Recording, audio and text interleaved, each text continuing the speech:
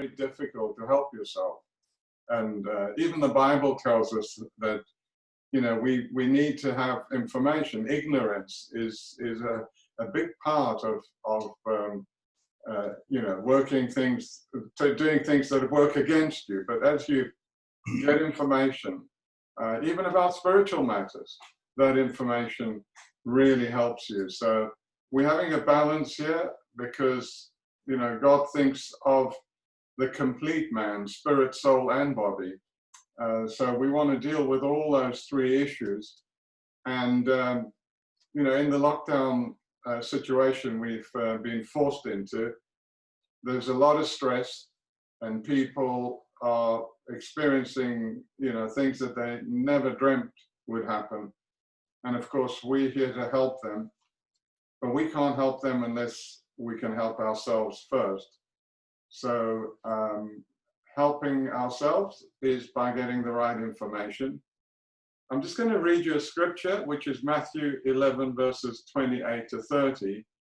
And this is Jesus. He said, "Come to me, all who labor and are heavy laden, and I will give you rest. Take my yoke upon you and learn from me, for I am gentle and lowly in heart, and you will find rest for your souls. For my yoke is easy and my burden is light." The Lord says, rest for our souls. And it's interesting that the soul is really the seat of, it's like the engine room of our very being. And if we can find rest for our souls, then of course everything else becomes rested and peaceful. And I believe that's what the word is for us today. There's rest for our souls in getting the right information. And I know Dr. Sharief's going to ask the question, what do we do next?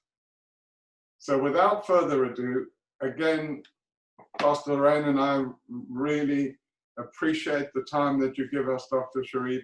We appreciate our friendship, and we know that you're a gift from God. So over to you, Dr. Sharief. Thank you very much indeed, Pastor Chris, for the introduction and for the nice words. Yes, I think this is exactly what we probably cover today, because I have told you last time about the problem. And the problem is that we got the mouse actually, getting into the lung cell kitchen and eating everything there and increasing and then dividing very fast, increasing in numbers, and that really show up like something like, say, swollen cell to the immune system, and then the immune system is killing this big cell, you see, which is swollen with viruses and causing all the problem. So I think the immediate thing which we could really ask ourselves, you see, what is the solution? We have got a problem now. What is the solution to this problem? And I think it's a very simple solution. I mean, if you can just think about it, like, say, in terms of the movies, I mean, we have seen for so many years, like Tom and Jerry, exactly the same. I think we can use the same principles here, because we have got now Jerry is sitting in the kitchen and is eating everything and causing a problem, you see. So I think the solution for that is to get Tom, the cat, get a cat, put a cat in the lung cell, and then that is going to keep the mouse out of the kitchen, so that is not really going to eat and cause a problem. And who is Tom? Who is the cat?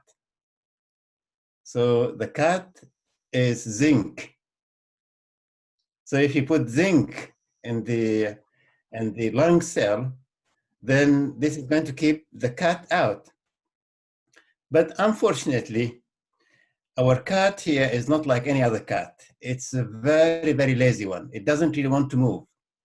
It's just sitting lying there. You see, it doesn't really move. And so we need something to carry this lazy cat and lethargic cat, you see, and put it inside the lung cell. And who is going to do that? I think there are probably 3 or 4 options here. One of the options is very pharmaceutical, which is hydroxychloroquine. So hydroxychloroquine is known to take zinc and put it inside the cell. We need it in the lung cell, and when then it's resolve the problem. But we have got some other simple options as well. And the other 2 simple options is like quercetin. Quercetin is very well known to help in this circumstance because quercetin would transport zinc inside the lung cell. The other one, which is very easy one, which is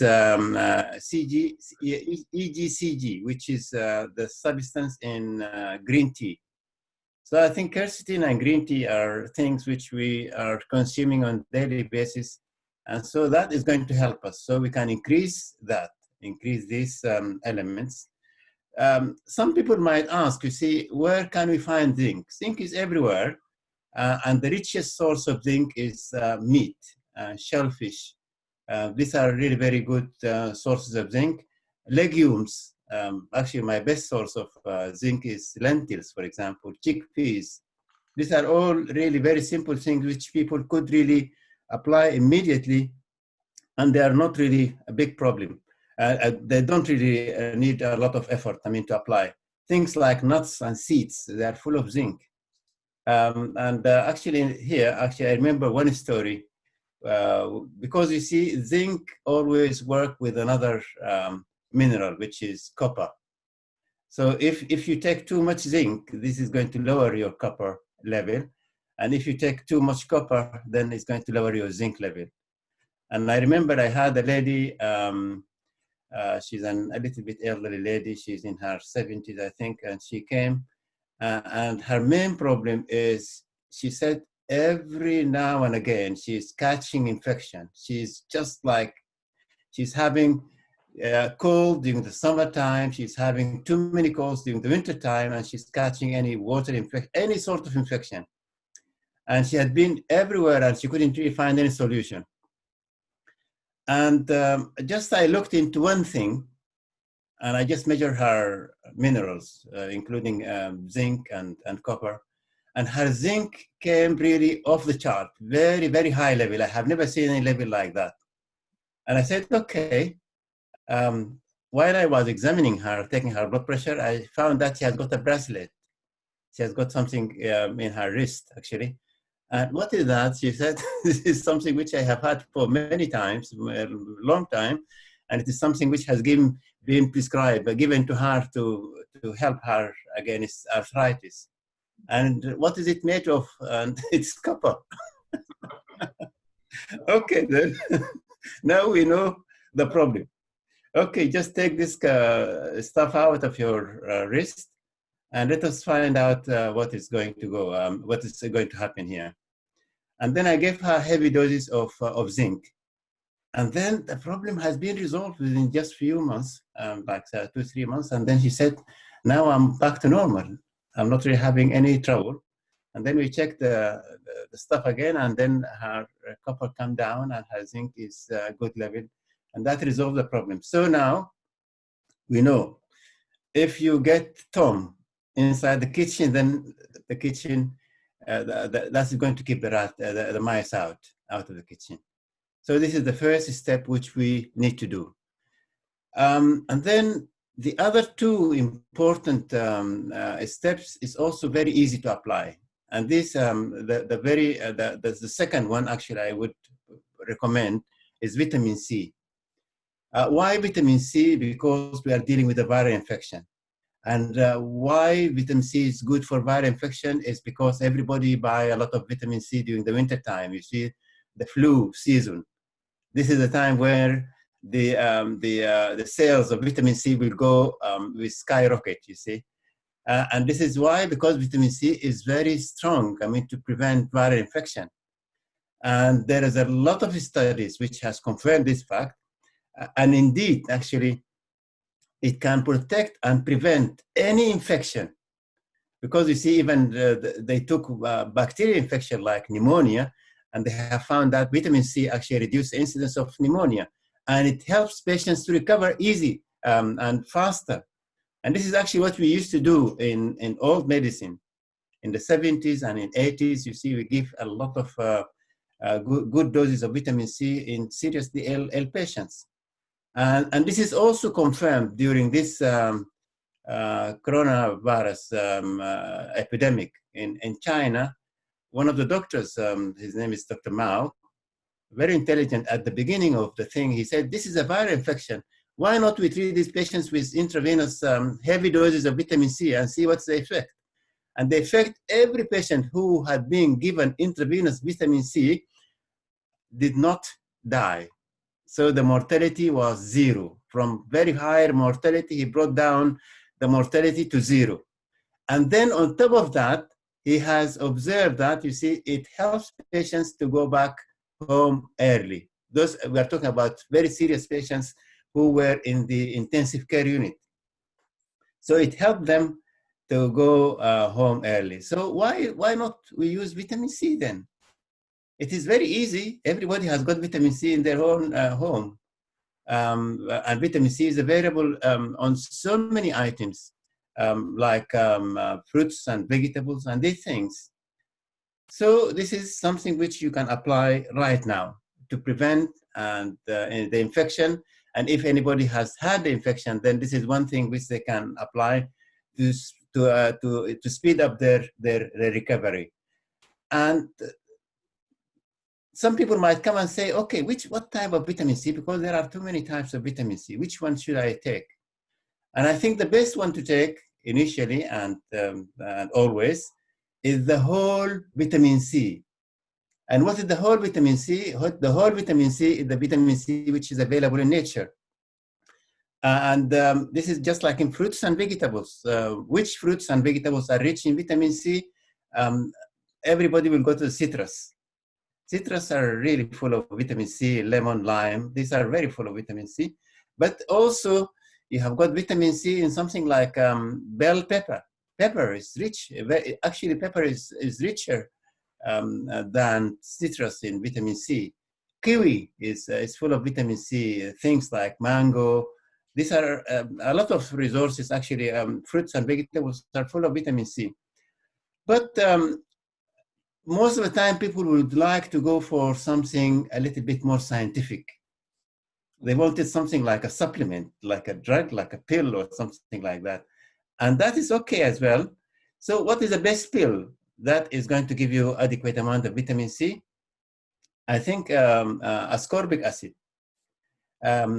Fortunately or unfortunately, ascorbic acid is not a natural vitamin C.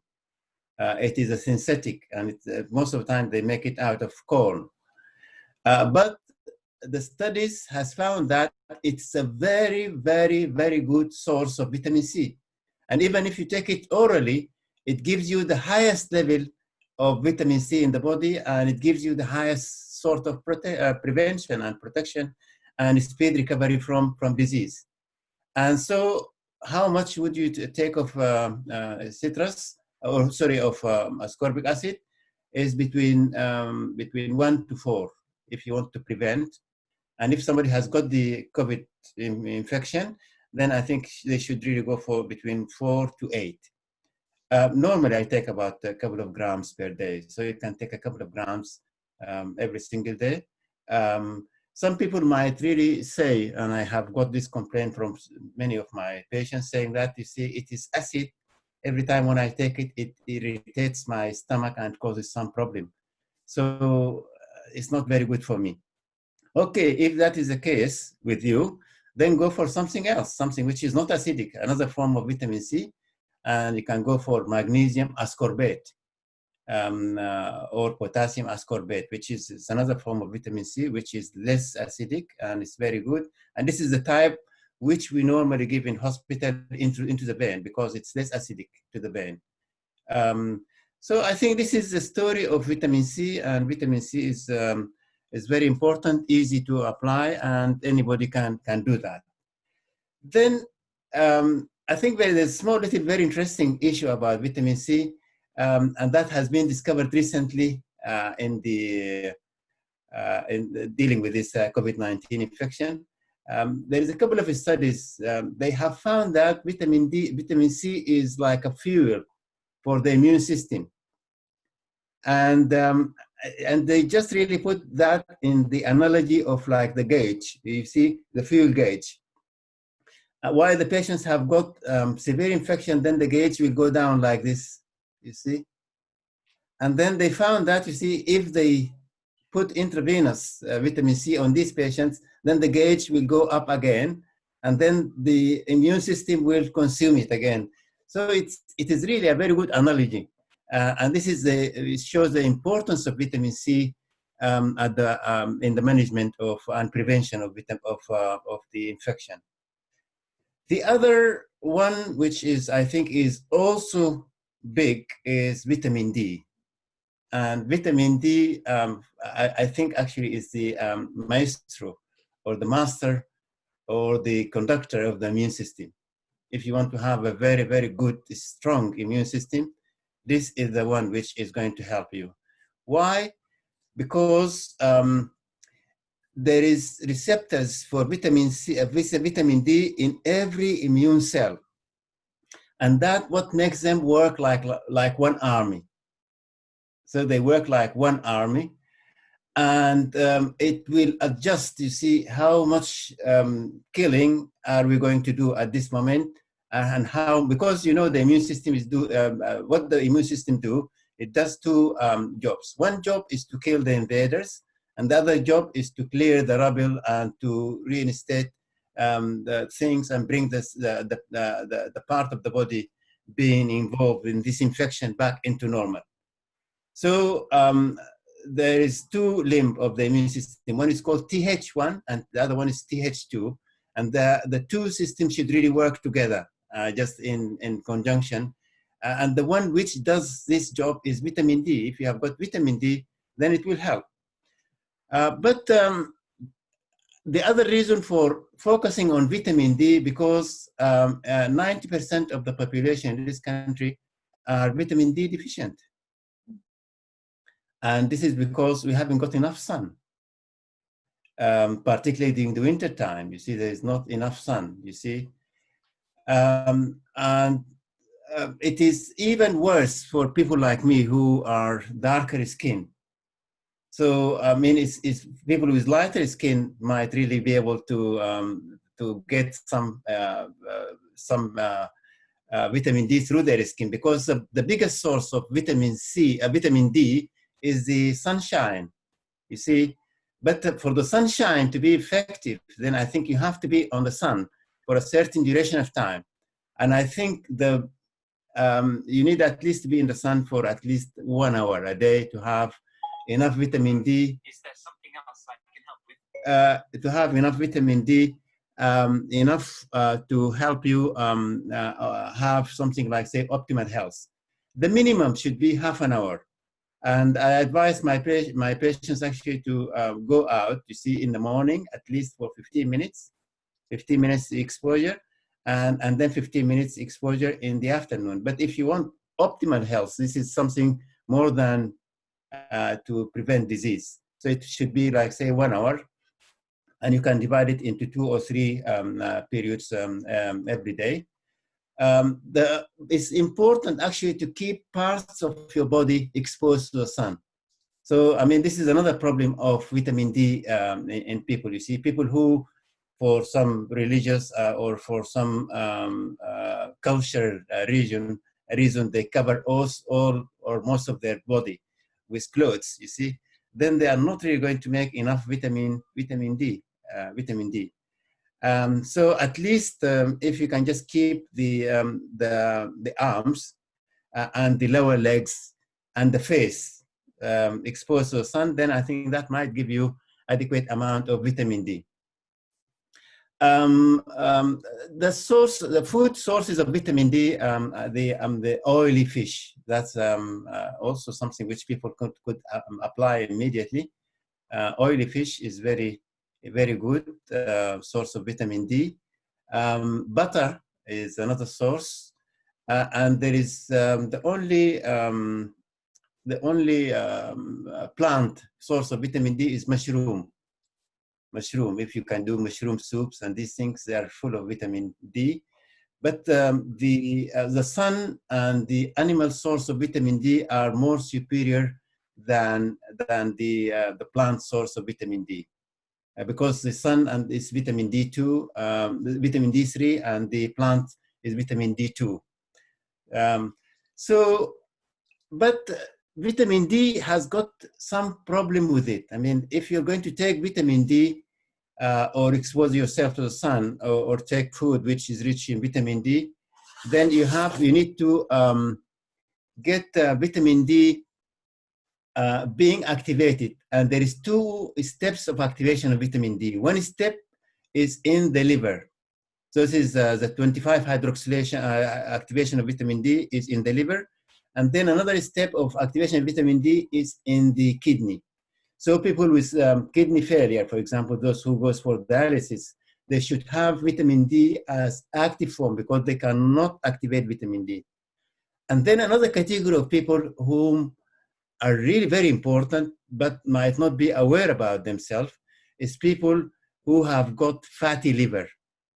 So obesity and fatty liver, because the liver is full of fat, the liver is not really in a position, you see, to activate vitamin D.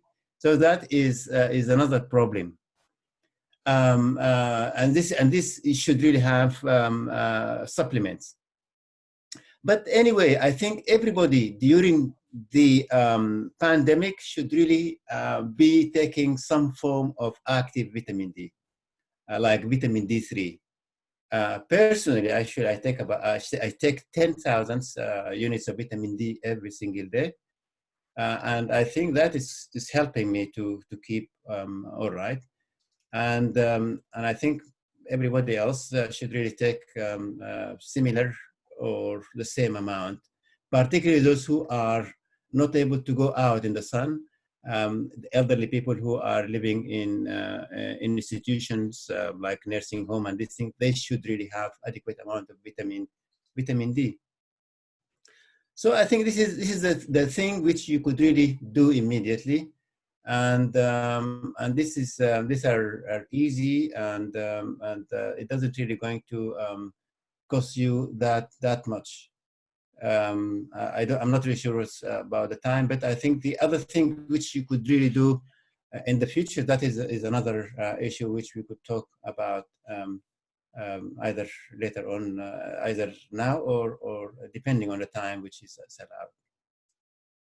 No, that's wonderful, Dr. Sharief. I mean, this is something we can all apply now, and it'd be great to plan a couple more sessions with you. You know, to get into other things in more detail, but we have summarized as much as we can from what you've said to us today, what you've encouraged us and advised us to do. And of course, that is something that we can do now in the lockdown to help protect ourselves, and especially now that things are going to be slowly lifted. It'll give us more confidence too, as we start to circulate a bit more. Now, I know this isn't your speciality, but the mental stress, I mean, are there ways or supplements or things that we can do to help us? Because stress affects us mentally and physically. And of course, that lowers the immune system, and we have all other things that we have to deal with. Is there anything that you can recommend so we can pass this information on, as well as this wonderful, you know, these things that you can we can apply right now? Yeah, I think, I mean, as I said last time, you see, the biggest treatment for stress you are already applying now, and this meeting is part of it. Yeah. You're keeping this really very beautiful, nice group staying together, and they're chatting together, they're sharing experiences, they are praying together, they're helping each other, they're loving each other. This is really the biggest antidote to stress. And then the other things like, I mean, if you want to something like important things like people always think about supplements and pills are important. Then ashwagandha. Ashwagandha is a very good one. The other thing which could also support the adrenal gland, like licorice tea. Licorice tea is very good. And then what I think about Brahmi. Brahmi is another herb, Indian herb, which is very helpful. And then,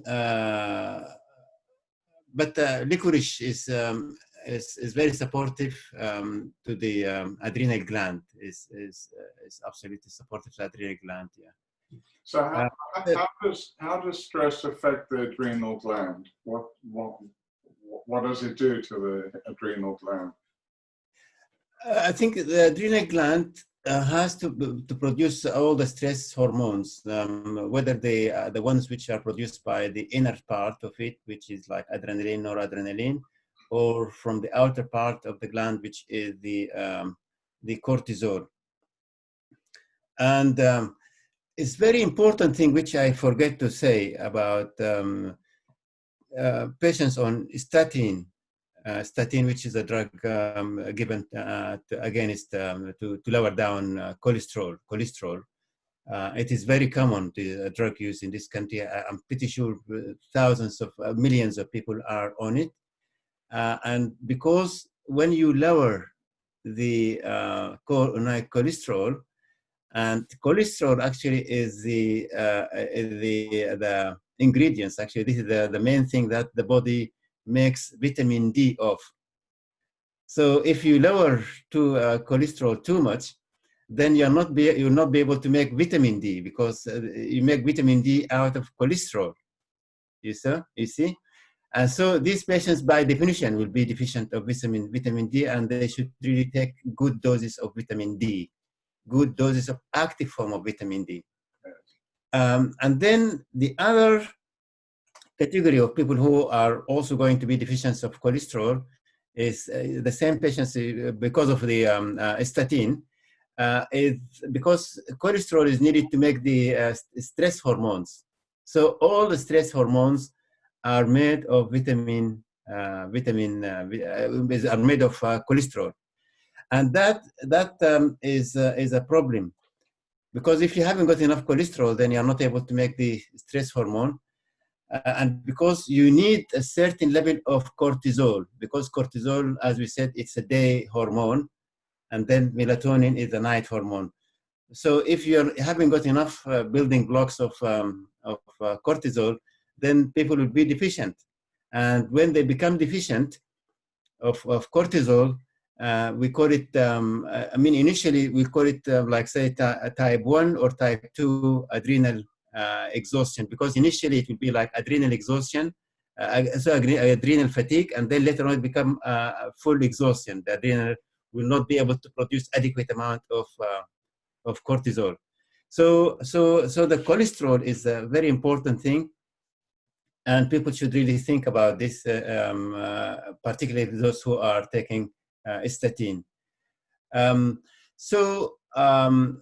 For the for cortisol, which is the come from the outer side of the gland, of the adrenal gland, when it comes down, there is another hormone also will be affected called the DHEA. So the DHEA is the hormone that makes the sex hormones. So it's a hormone, and then eventually got some, like say, 2 or 3 or 4 assembly line, and eventually give the sex hormones like testosterone, estrogen, progesterone.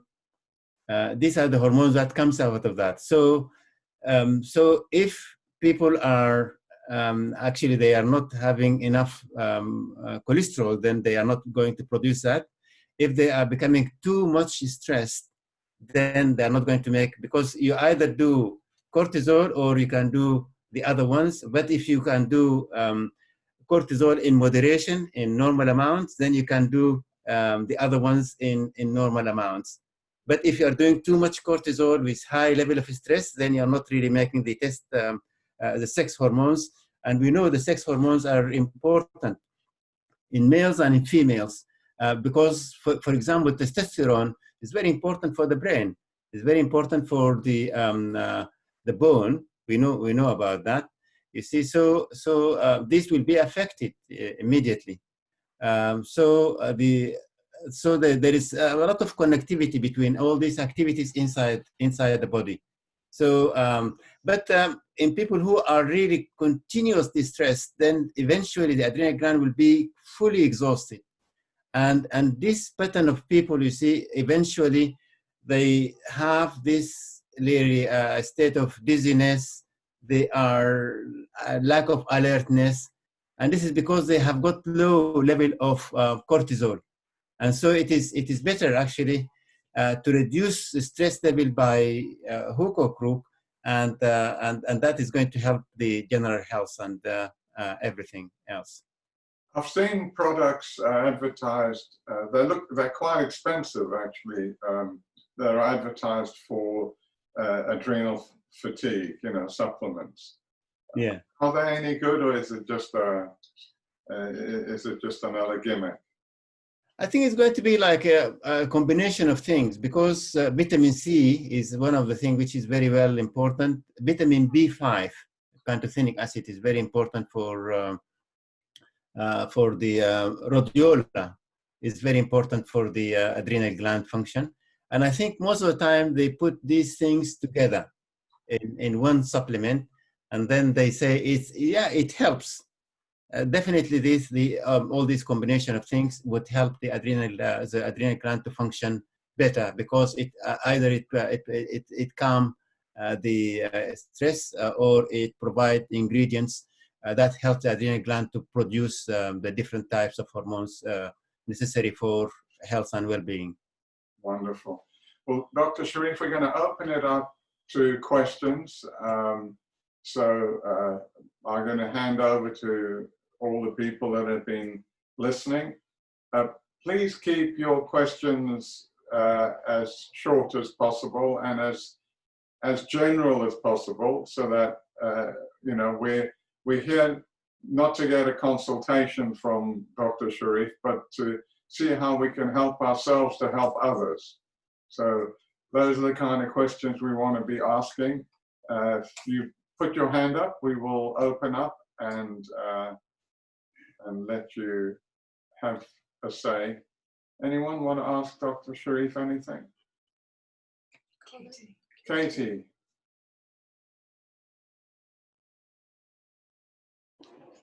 Thank you, Pastor Chris, and thank you, Dr. Sharief. Just amazing you're sharing your knowledge with us. I wanted to ask, does wearing sunscreen affect our absorption of vitamin D?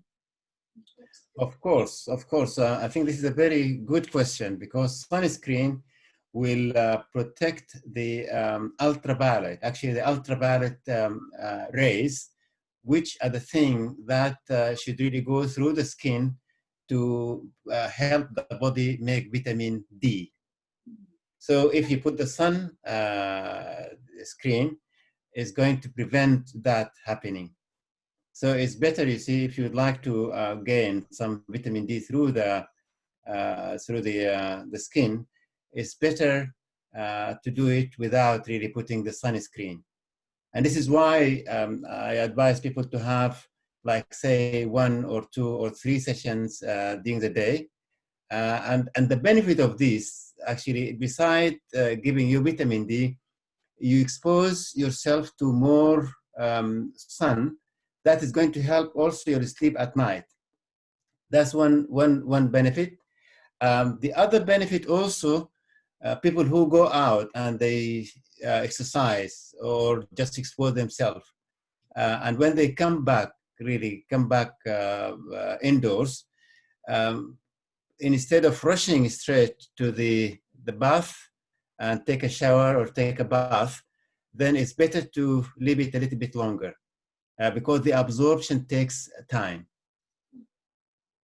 Okay, so yeah. Swimming and sunbathing then doesn't do much good for you. Then yes, because you lose it immediately, because it takes at least it takes about 24 to 48 hours to get absorbed. You can see, and it is the greasy stuff. This is the greasy stuff which will you develop. You see, when you go out in the sun or you go for a walk or for a jog or something like that, and then you come and just touch your skin, there is something greasy on it, and this is vitamin D. This is vitamin D. If you go and wash it out, you see, then you have lost the game completely. Just leave it, because you see, or if you want to take something, just take a shower with water instead of water and soap. Yes. Just everyone that's joined us today, we have a summary of everything that Dr. Sharief has recommended on the chat. It's all typed out for you, so you can go to the chat and you can download it or copy it, and then you can review it yourselves. Anyone else have a question? Pastor Rob. Thank you, Dr. Sharief. On the subject of exercise, would you recommend light exercise for a boost to our immune systems, or would you say moderate, or would you say, extreme? I think if you want to prevent COVID-19, thank you, Pastor Rob. You see, that's a good question. If you want to prevent, coronavirus, then I think you're talking about cardiopulmonary fitness exercises. And this is the gentle exercise that continue for a little while, like say for 20 or 30 or 45. Better to be even like say up to 1 hour, you see, at one session. Just like walking or working in the garden, you see, gardening, or like say a very mild jogging within your breathing or oxygen capacity. You see, something not very strenuous, and that will improve the lung fitness and the heart fitness. And what is the lung fitness? The lung function actually is measured by the ability of the lung to extract oxygen from the environment and to put it into the blood. So this is one part of the equation. The other part of the equation is the heart function, the heart and the circulation function. And the heart and circulation function is the ability of the heart to circulate the blood and to distribute this oxygen. So for the lung, then doing like say breathing through the nose and taking very deep breath, like say going back to the baby sort of breathing, which is a diaphragmatic breathing. And the diaphragmatic breathing, if you can see a baby, you see their tummy going out and in, like that, you see? This is the way we should really breathe. But unfortunately, we lose this beauty of natural breathing when we become adults because of the stress. Because the stress always is like, say, from the chest, you see, and it is shallow and rapid breathing, which is not efficient. But if we go for the natural breathing, which is like, say, diaphragmatic, deep, your tummy bulging every time and going in, that is the right one through the nose. And that is going to help us. From the circulation part of things, the circulation how do you say that you see I have got a good really cardiopulmonary fitness? By measuring your pulse. Why? Because actually the heart circulation, the cardiac output is equal the stroke volume by the number of the time the heart really pump or contract every minute. So if you are going to increase the stroke volume, making the heart more efficient, because the heart now is becoming efficient, then you do not have to contract so many times per minute. So if the heart becomes too efficient, then you find that your pulse rate is going to come down. Your pulse rate, most of people you see have got pulse of something like 80 or 90 or 100, but when they become well, efficient, fit, you see then the pulse will come down to 50 or even 40. Mm-hmm. You see, that means because the heart every time contract forcefully and strongly to push blood into the circulation, and that does not really, by doing that, you see, then the heart should not really, does not need to contract as many times as the unfit person. So that means you have ensured that you have got a good cardiopulmonary function. This is to prevent the infection, the COVID-19 infection. And then as the bonus through this, you get a very efficient mucociliary action. You remember we spoke about the mucociliary action, which is the mucous membrane has got the mucus which is sticky. It stops any viruses or thing coming down into the lung. And at the same time, the ciliary action is always taking all this thing that is the mucus has caught, you see, and stop them from going into the lung. Then the ciliary action will be pushing this stuff back up to the throat, and then people find themselves a little bit irritated and they cough them out. You see, so this is another benefit of the whole. That'd be lovely. Thank you. Yeah. Thank you very much, Dhea. Thank you. Anyone? Yeah. Anyone else quickly? Hallelujah. Give me a wave. No? Well, again, let's all thank Dr. Sharief for his time. The notes are all typed out nicely for you on the chat. You can get them. I will be discussing a time when we can have Dr. Sharief back, because I don't know about you, but I love all of this because it's so positive. You know, in the situation we're in, we can all feel like we're doing something. Amen. And when you feel like you're doing something, and you're doing something for you and for others, by giving them the right kind of advice, and you're applying it yourself, you know, you feel you're going forward at that moment. I think one of the most difficult things to deal with is the fact that we don't feel like we're going forward. You know, we're just stuck in the same place. But this is very helpful in that, you know, we apply it and we can start measuring it and doing some charts and all of that stuff just to see how you're progressing.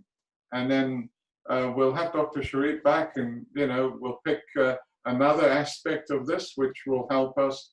But I'd like to thank him from all of us for being with us today and for that vital and necessary information that he's passed on. So we thank you, Dr. Sharief. We love and appreciate you. And again, it's just wonderful to have you part of our community. Thank you. Thank you. Thank you, Dr. Sharief. Thank Thank you. Thank you very much. Thank you. Thank you. Bye. Yeah. Thank you. Thank you very much.